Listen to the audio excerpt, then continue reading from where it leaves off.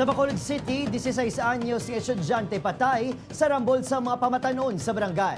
Yaring balita nga itong gintutukan. Nagasinggitan kag tuman ang pag-agunto sang 16 anyos sa grade 10 student nga si John Martin Ronamo matapos matiruhan sa ulo sa tunga sang rambol sa mga kabataan sa barangay Handumanan kagabi.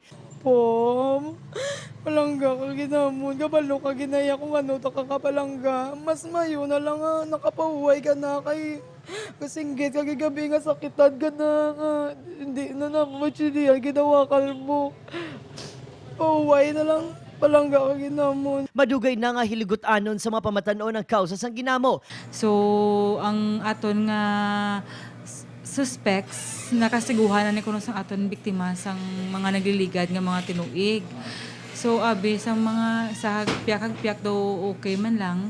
Dali kay may dumot gid siya. So, naka-chance up sila nga nakit-anay kagapon kag nagtabuay sila sa Tiangge.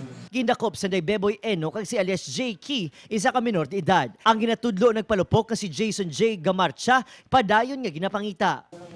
Ano lang ito ya? Nagagi lang baka lang ito, sigarilyo. Kaso nga murder ang posible pangatubangon sa mga suspect. Upod si Reynald Castillo, Adrian Prietos. 1 Western Visayas.